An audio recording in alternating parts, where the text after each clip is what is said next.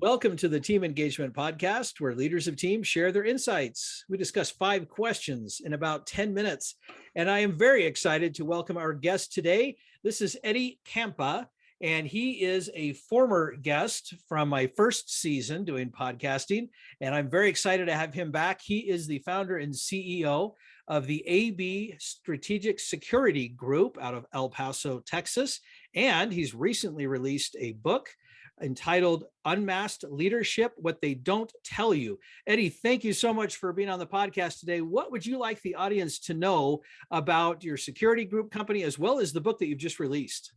Yeah, thank you. It's my pleasure to be on the show again. Thanks for having us on. And yeah, AB Strategic Security Group, we're out of El Paso, Texas, but we're a national-wide company. We're divided into 3 divisions. We have our security division. We provide armed and unarmed security officers. We provide bodyguard services.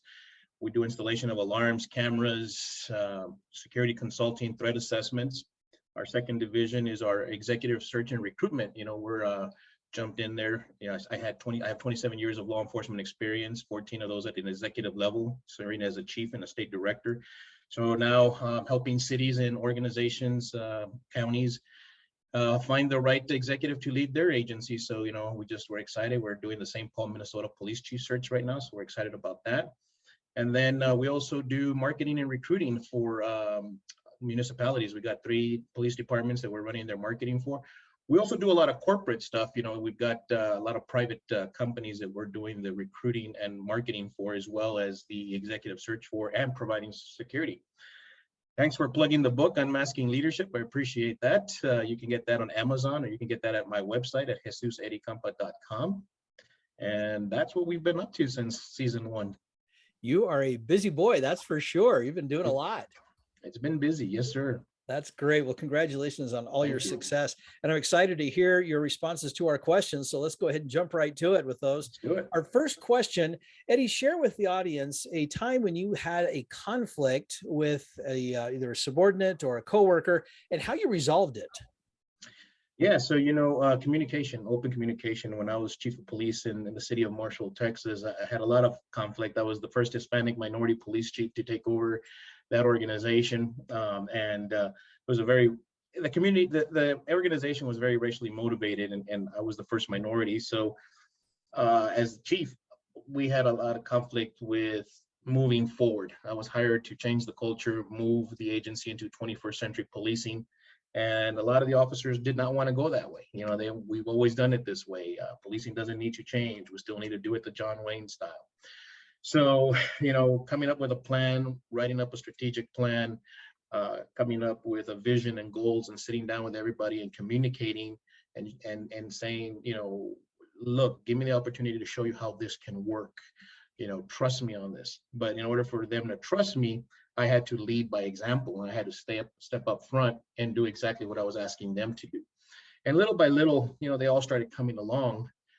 So that was probably the roughest conflict I ever had to deal with, considering that, and I don't like making this about race or anything like that, but technically I had a department that was 98% Caucasian, 1 Hispanic, 1 African American, and 1 person that refused to identify. So I didn't know. So when you're trying to change a culture and you're coming in as an outsider, it's a little difficult. But through communication, sitting down, writing the strategic plan, the steps as to where we were, where we're at, and how we're going to get to the future, really helped out a lot. That's a really good example. And you're right. Even though we don't want to make it about race is certainly part of what we've experienced the last few years, especially in some conflict in the workplace. And it definitely deserves attention to make sure that we're having that open communication that you just talked about, and having that plan, not just kind of winging it, because that's usually how people get themselves into trouble, but really having that strategic plan. I love that response. Thank you. Question number 2. Eddie, I'm sure that you've heard the phrase that people don't leave jobs, they leave managers. What's one strategy that you would suggest to help leaders retain talent a little bit longer? That's funny, because it's getting so complex right now.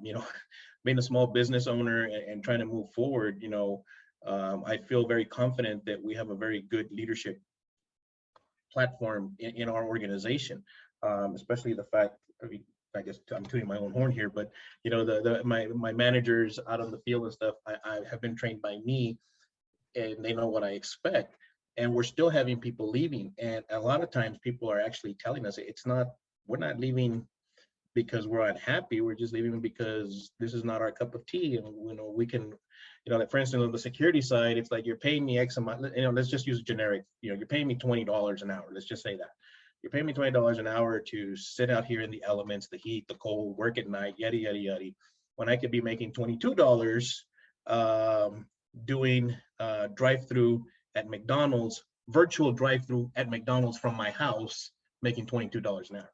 And it's like, wow. So right now you're seeing this pivot that it's not people leaving because of bad managers. That might have been the case 10, 15 years ago.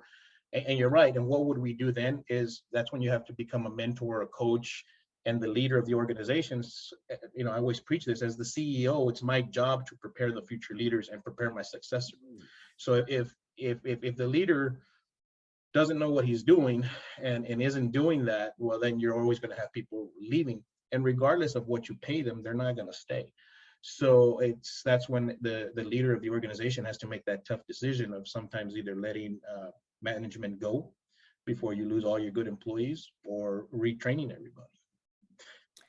Great comments. And yeah, the landscape is definitely changing, but I love what you said about the role of a CEO, or any leader really, is to help prepare future leaders. And I love that that concept of helping to develop your employees to become leaders themselves. I think that's a great way to look at it.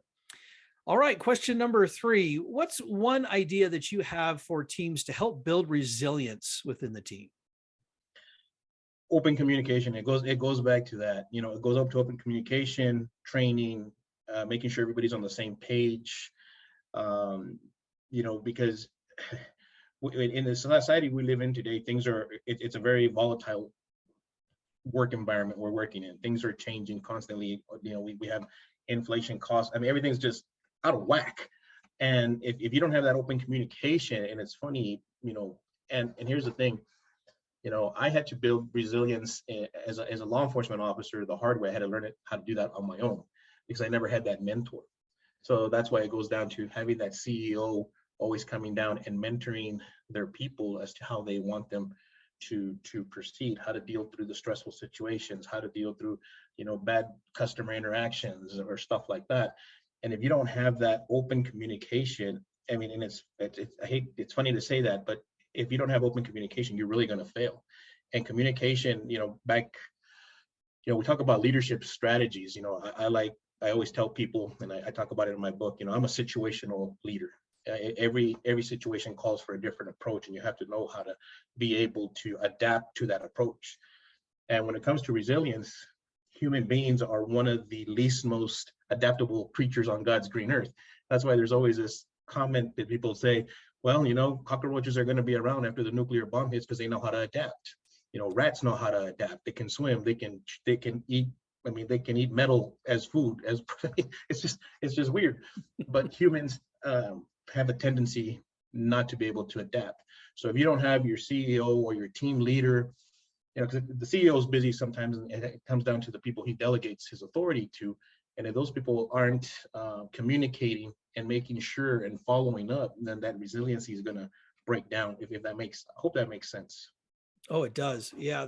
And I love it. I love any emphasis on communication, because ultimately that really is what's going to solve a lot of the problems and help that resilience. If people feel like they have a place that they can talk, air out concerns, all of those kinds of things contribute to building up resilience in that team and be able to handle unexpected things, be able to adapt like you talked about, and so forth. Great response. All right. Question number 4. Is there someone that you'd like to recognize that's made a difference in your life? Yeah, it's funny that you say that, because everything, and here I go. Every time I talk about this man, I start getting teary-eyed and I start crying like a little girl.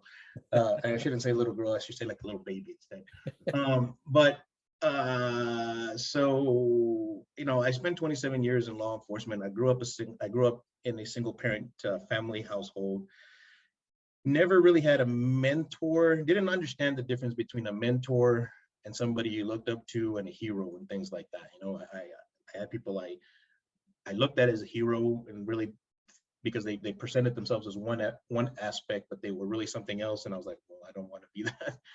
But, this individual who actually convinced me to start the security company, to formulate it as an LLC, has been in my life for about 23 years. And I talk about him in my book a lot, and he's my mentor, and that's Mr. Paul Dipp. He's a very well-known entrepreneur here in town. He's a CEO of several different companies. He's taken his family business and grown it into an international beast. And I can pick up the phone right now, and he actually drops everything that he's doing because I'm calling. Because I would not be calling if I didn't need something. And the thing is, and here you go talking about cell phones. I turned my cell phone off, but I have this emergency setting that if it's my wife or my kids, it still comes through. And so anyway, going back to what I was saying, so Mr. Dipp basically took me under his wing, showed me everything I know about business, everything that I know about being a good husband, a good father. He's basically been like the father I really never had, And all this time, I was looking at certain people for mentorship, and actually what I was, I thought these people were my mentors or the people I was going to follow. And in reality, I was actually more along the line being a babysitter to these people, But Mr. Dipp he's been tremendous in our success. And, he's one of our major clients as well, but that's not, the things that he's done for me, my family, and for me personally as a man has just means the world to me. Well, that's great. Thank you so much for recognizing him. That's obviously, I like that. I like this question that we talk about in the podcast episodes, because I hear such great stories about people that have really meaningful connections in their life and how they've influenced them for good. So I really appreciate you sharing that. Absolutely. All right. Our last question. Tell us a little bit about your first job and maybe something that you learned from it. My first job. So my first job was at McDonald's. I think a lot of people's first job was at McDonald's. And that was my first job. I started off as a lobby maintenance cleaning person. And within a week, I was moved to the grill, and I was really excited because I got to, grill hamburgers and stuff. And to me, at that time, it was really exciting. I was like, wow, this is so cool. See how this whole process works.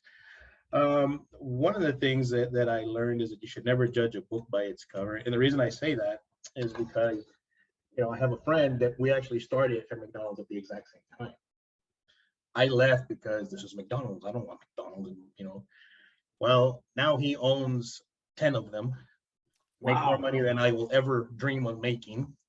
And, he doesn't have a college education, but he owns all these McDonald's and has made it. So you should never judge a book by its cover. That's really what I learned. And I kind of did it again in my second job, because from there I went to Walmart. And from Walmart, I went to becoming, I went to work within the sheriff's office, and that was my career. But I had another friend, same thing, started at Walmart together, picking up shopping carts.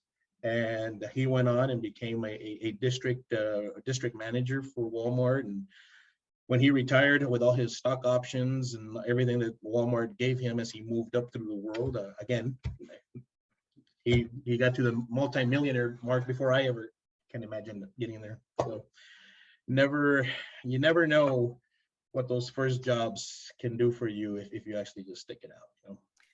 That's a great story. And I love what you said at the very end there. You just never know. So it's always keep it. And sometimes you learn the hard way what you don't like and those kinds of things. But certainly to keep the options open is always going to be a smart thing. Well, Eddie, thank you again for taking time to be on the podcast. How can people find you? Yeah, so you can reach out to me at jesuseddiecampa.com. Altogether, jesuseddiecampa.com. There's a contact there. My phone number's there. Email address is there. You can check us out on all the social media websites. Same thing, jesuseddiecampa.com, jesuseddiecampa.author.com, Facebook, Twitter, Instagram, everywhere. TikTok. TikTok is driving me crazy. Well, it's good to know that you have a good presence out in the social media universe there. So yes, we do. All right. Thank you again for being on the show. This is Sean Richards with the Team Engagement Podcast, where leaders of teams share their insights. For more ideas, go to teamengagementpodcast.com. We also encourage you to follow or subscribe to the podcast, either the audio version or on the video version. Thank you so much for joining us, and have a great day.